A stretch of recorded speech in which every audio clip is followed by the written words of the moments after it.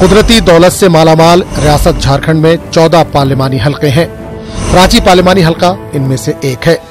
इस हलके से साल 1951 में होने वाले आम इंतखाबात में कांग्रेस लीडर अब्दुल इब्राहिम कामयाब हुए थे।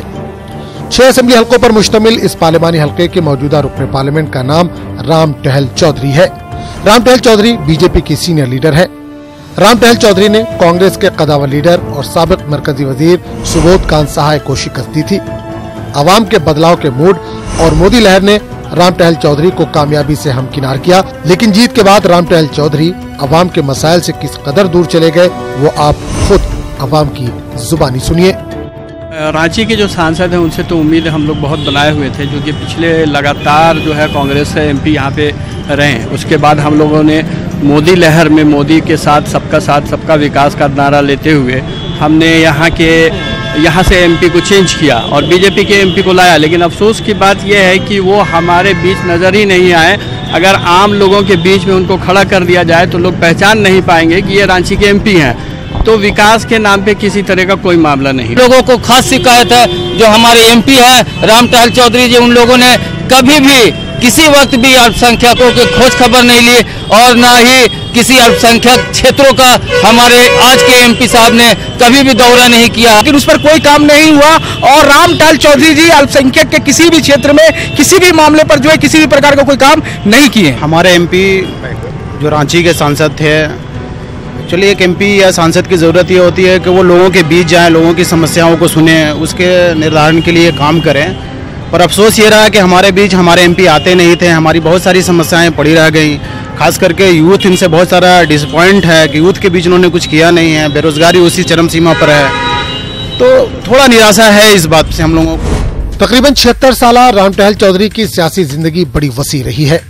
साल 1967 में वो मुखिया बने। इसके बाद साल 1969 में बिहार असेंबली के लिए रुकने असेंबली मुंतखब हुए। 1972 के असेंबली इंतखाबात में वो दोबारा रुकन चुने गए। साल 1988 में इन्हें बीजेपी का रियासती सदर मुंतखब किया गया। रियासत झारखंड की तश्कील से कबल साल 1991 में होने वाले पार्लिमानी इंतखाबात में वो रुकने पार्लियामेंट मुंतखब हुए। इसके बाद साल 1996 में वो दूसरी बार पार्लियामेंट भेजे गए। 1999 में होने वाले पार्लिमानी इंतखाबात में अवाम ने इन्हें पार्लियामेंट जाने का मौका फराहम किया। अलहदा रियासत की तश्कील के बाद साल 2004 के आम इंतखाबात में कांग्रेस के लीडर सुबोध कांत सहाय ने इन्हें शिकस्त दी। साल 2009 में होने वाले आम इंतखाबात में भी कांग्रेस लीडर सुबोध कांत सहाय के हाथों इन्हें शिकस्त का सामना करना पड़ा। कुछ उपलब्धि 5 साल में हो तब न बताया जाए, गिनाया जाए। भारतीय जनता पार्टी के जो ये सांसद है, रांची जैसे राजधानी के सांसद होने के नाते आज भी राजधानी उन सारी सुविधाओं से दूर है जो एक राजधानी को प्राप्त होना चाहिए, और उसमें माननीय सांसद का एक अहम रोल होता है। निश्चित तौर पर माननीय सांसद राम टहल चौधरी पूरे संसदीय क्षेत्र के लिए नाकारा सांसद साबित हुए हैं।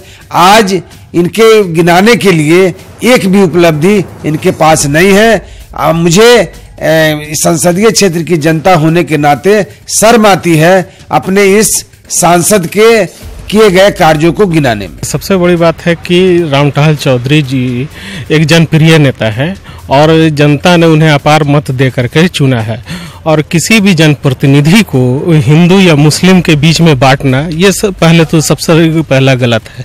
और दूसरी चीज़ ये है कि कांग्रेस जो आरोप लगा रही है, इससे पहले भी सुबोध कांत भी रहे, उन्होंने क्या किया और क्या नहीं किया वो रांची की जनता देख रही है। इसलिए उनको बदल करके राम टहल चौधरी को विकल्प चुना। तो विकल्प चुनने के साथ ही राम टहल चौधरी जो आज इतने पुराने लोग हैं और ये लोग आरोप लगा रहे हैं कि हम नहीं पहचानते हैं, तो ये तो बड़ी बदकिस्मती की बात है कि रांची के लोग बोल रहे हैं कि हम नहीं पहचान रहे। इसलिए कि सांसद एक ही ऐसी चीज है जो हर गली, हर मोहल्ले, हर जगह जाते हैं, हर लोग से मिलते हैं। कि विकास स्तर पर जहां तक बात है तो वो एक सांसद होने के नाते उन्होंने जितनी उनमें क्षमता रही उन्होंने वो किया। चाहे वो आप रोड का मामला देख लीजिए, किसी सामुदायिक भवन का मामला देख लीजिए, या अच्छा ये चीज जो भी इस पर आया है, उन्होंने एक सांसद रहते हुए उस कार्य को पूर्ण किया है। गंदा नाली का पानी के लिए अब इसके लिए सांसद जिम्मेदार नहीं है, ये आपके वार्ड काउंसलर जिम्मेदार हो सकते हैं, नगर निगम जिम्मेदार हो सकती है। लेकिन अगर उससे बड़ी कोई समस्या है तो आप सांसद के पास जाएं, आप जा करके उनसे मिले और मिलने के बाद उनसे अपनी बात रखें। अगर उस पर अगर कार्रवाई नहीं होते हैं तब सांसद महोदय को आप दोषी ठहराएं। लेकिन आप तो उनके पास गए भी नहीं और उनको देखा भी नहीं, उनसे मिले भी नहीं, उसके बावजूद भी आपने उन पर आरोप मढ़ दिया। तो ये कांग्रेस विकास विरोधी काम जो कर रही है वो कांग्रेस का असली चेहरा इस बार भी झारखंड में दिखने मिलेगा।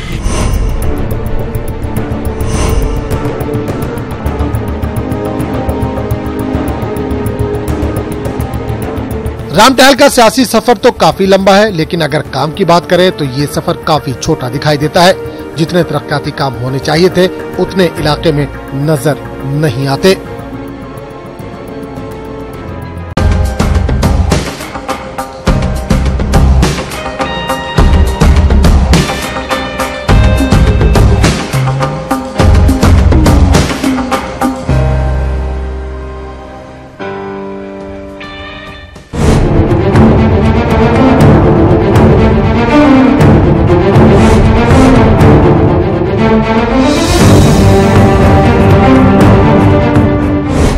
नवंबर साल 2000 में झारखंड रियासत की तश्कील अमल में आई।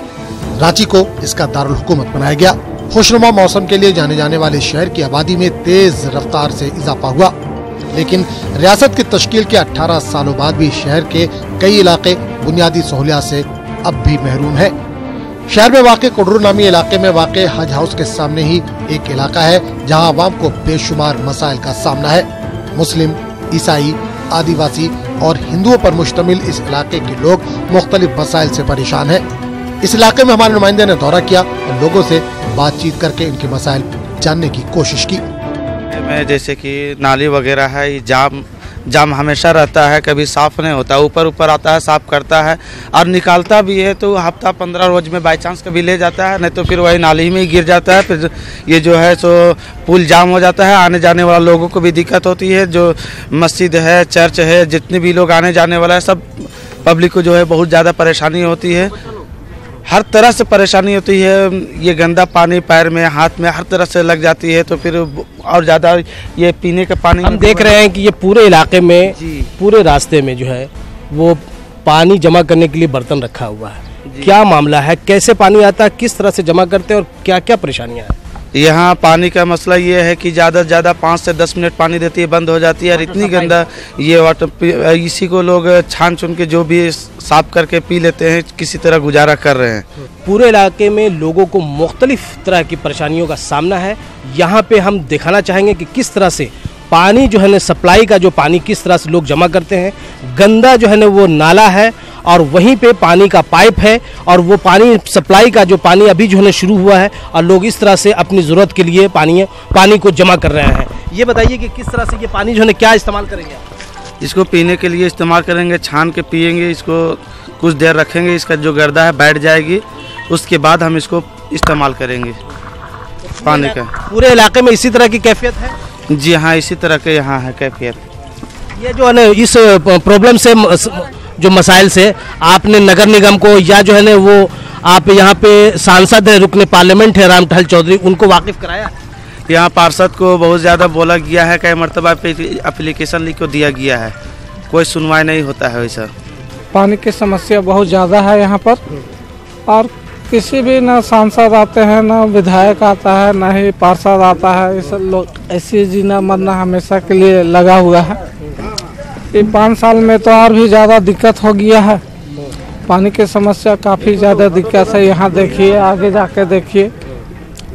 आप वोट देते हैं यहाँ पे, आप एमपी को चुनते हैं, एमएलए को चुनते हैं, क्या वो आपके इलाके में वो जीतने के बाद फिर आते हैं? ऐसा तो एक बार भी नहीं हुआ है कि यहाँ पे आए। और यहाँ के जो सांसद है रामटहल चौधरी जी कभी भी नहीं आए। पिछला बार आए थे इलेक्शन के समय में, तो उसके बाद तो नज़र ही नहीं आए। आप बताइए कि इतनी परेशानी है, किस किस तरह से पानी का इस्तेमाल करते हैं? पानी का तो हम लोग बहुत मुश्किल से इस्तेमाल कर पाते हैं, इसलिए कि पानी पीने का लायक नहीं है, लेकिन मजबूरी है, इसलिए हम लोग इसी में करते हैं हर कुछ। आपके इलाके में जो है वो जो वोट देते हैं, एमपी चुनते हैं, एमएलए चुनते हैं, तो वो आते हैं आपके इलाके में? नहीं, कभी नहीं आते हैं, कभी झांकड़े भी नहीं आते हैं। आप जानते हैं कि कौन है एमपी, कौन है आपके इस इलाके के? अभी तो हम तो जानते भी नहीं, पार्षद खाली सिर्फ पार्षद को जानते हैं, यानी काउंसलर को जानते हैं? बस कौन है वो समस्या जो है ना आपकी सुनते हैं वो? हाँ, हम लोग तो गए थे 2-3 बार उनके पास, लेकिन अभी तक कोई सुनवाई नहीं है। नाली के लिए गए थे, पानी के लिए गए थे, लेकिन अभी तक कुछ और भी जो है ना यहाँ पे लोग पानी को जमा कर रहे हैं, और हम ये दिखाना चाहेंगे, अपने कैमरामैन नलिन से कहेंगे कि थोड़ा ये आप आगे आए और ये दिखाने की कोशिश करें कि किस तरह से यहाँ पे लोग जो है पूरे इलाके में इसी तरह से गंदे नाली के पास जो है पानी को जमा कर रहे हैं, पीने के लिए पानी का इस्तेमाल करेंगे और उसके बाद जो है वो दूसरी ज़रूरत की चीज़ें जो है वो उससे पूरा करेंगे। आप बताइए कितनी परेशानी होती है? बहुत परेशानी होती है। हाँ, नाली के पानी, नाली पर से पाइप है और पाइप में से ले जाते हैं पानी, अंदर पानी ही नहीं जाता है। हाँ, तो अंदर पानी नहीं जाता है, नल लगा हुआ है लेकिन अंदर पानी नहीं जाता है, समझे ना। हाँ, नाली के पास पानी भरना पड़ता है, यहाँ पाइप को काट दीन है। तो कुछ घरों में पानी का कनेक्शन है, वाटर सप्लाई का पानी जो है ना वहाँ पे नहीं पहुँच पाता है, इसी वजह कर लोग गली कूचे में जो पाइप लगा हुआ वहीं से पानी का इस्तेमाल करते हैं। चाचा ये बताइए कि कैसे पानी का जो है ना वो जमा करते हैं आप, कितनी परेशानी होती है? पानी जमा करते हैं, डिब्बा में लेके रखते हैं और उसी में इस्तेमाल करते हैं, हम लोग पीते खाते हैं। और जो है सो पानी 15 मिनट 20 मिनट आता है, कभी 10 मिनट आता है, और जो है सो कम हो जाता है और हम लोग को पूरा पानी मिलता नहीं है। इस जो है ना समस्या से कभी एमपी को और एमएलए को बताया आपने? समस्या में हम लोग काम कर रहे हैं, देख आप तो खुद देखिए रहे हैं नली में। हाँ, कितने वक्त जो है पानी आता है यहाँ पे? 15 मिनट। एक ही टाइम में, सुबह में या शाम में? बस खाली एक ही टाइम, यही टाइम भर। आप बताइए कितनी जो है परेशानी होती है यहाँ पे? घर में सप्लाई का पानी है लेकिन पानी नहीं पहुँच पाता है घर में, और इसी तरह से जमा करते हैं? हाँ जी, नहीं जमा कर डेक्ची में रख के छोटा बर्तन से भरना पड़ता है पानी से। मुख्तलिफ जगह पे जो लोग हैं वो इंतज़ार करते हैं पानी का, और जैसे ही पानी सप्लाई का पानी जो है शुरू होता है लोग पानी जमा करना शुरू कर देते हैं, और इसी तरह से नाला के पास वो जो पाइप है, वाटर का जो कनेक्शन है, वहाँ पे लोग पानी जमा करते हैं, और वो इंतज़ार में भी रहते हैं कि कब जो है ना पानी वो सप्लाई शुरू होगा और वहाँ पे पानी जो है ना वो जमा करेंगे और ज़रूरत की जो है ना इस्तेमाल में लाएंगे। तो ये मंज़र है पूरे इलाके का, जो किस तरह से जो आबादी है वो कब आज तक जो है झारखंड की तश्कील के बाद और ख़ास तौर से रांची को स्मार्ट सिटी जो है ना बनाने की कोशिश हो रही है और दावे किए जा रहे हैं, लेकिन हम ये दिखाना चाहेंगे कि किस तरह से यहाँ पे जो कल्ब में वाक़े जो लोग हैं, जो आबाद हैं लोग, और किस तरह से पानी को जमा कर रहे हैं और किस तरह से पानी की परेशानियों से वो जो है ना दो चार हैं। पानी जल्दी खुलता नहीं है और बहुत कम देता है पानी। कितने वक्त में आता है वो सप्लाई का पानी? कितने टाइम? देखिए, कभी 7:30 बजे आता है, कभी 8 बजे आता है, कभी नहीं भी आता है, वैसा होता है। कभी कभी ऐसा भी होता है कि सप्लाई नहीं होता, तो फिर वैसे हालत में क्या करती हैं? तो क्या करते हैं हम लोग, नदी डोभा जाना पड़ता है, दूसरा जगह से पानी लाना पड़ता है, नदी डोभा जाके कपड़ा धोना पड़ता है। परेशानी है, नाली साफ नहीं होता है, अलग बात है, दिन भर 24 घंटे नाली भरल रहता है, और फिर पानी का हम लोग कितना तकलीफ होता है कि झरना जाना पड़ता है, वहाँ भी पानी नहीं मिलता है। यहाँ न खाने का पानी का बहुत तकलीफ है, खास करके पानी का तकलीफ है, और कोई बात नहीं है। जो गरीब तो हम लोग खाइए है। 10 मिनट नहीं देती है पानी, और जब अभी पार्षद को खबर दिया जाता है, पार्षद को बुलाया जाता है, नाली जाम है, मगर किसी तरह का उनको बुलाया जाता है तो पार्षद नहीं है। और जब अभी इलेक्शन जब अब टाइम हो गया है, अब घरे घर आएंगे। रामटहल चौधरी जी आपके एमपी हैं, कभी इस इलाके में आए हैं? कभी नहीं आया है, कभी यहाँ इंक्वायरी नहीं की है कि किस तरह का गरीब लोग मर रहे हैं। कभी नहीं आया है। कभी नहीं है। तो आपने कभी उनको बताया? कभी आए ही नहीं, मुलाकात ही नहीं हुई। यानी मसाइल बहुत हैं यहाँ पे। लोग जो एमपी हैं, जीतने के बाद वो एमपी कभी इस इलाके का दौरा नहीं किया। नतीजा ये है कि जो भी समस्याएं हैं वो उनकी समस्याएं दूर नहीं हो सकी। तो नाजरीन, आपने इनके मसाइल सुने, आप खुद अंदाजा लगा सकते हैं कि मुकामी लोग किस तरह की जिंदगी गुजारने पर मजबूर हैं। ये तो थे शहर के ही कुर्रो इलाके के हालात। हम आपको उस इलाके से भी रूबरू करवाएंगे जिस इलाके को रुकने पार्लियामेंट रामटहल चौधरी ने गोद लिया था।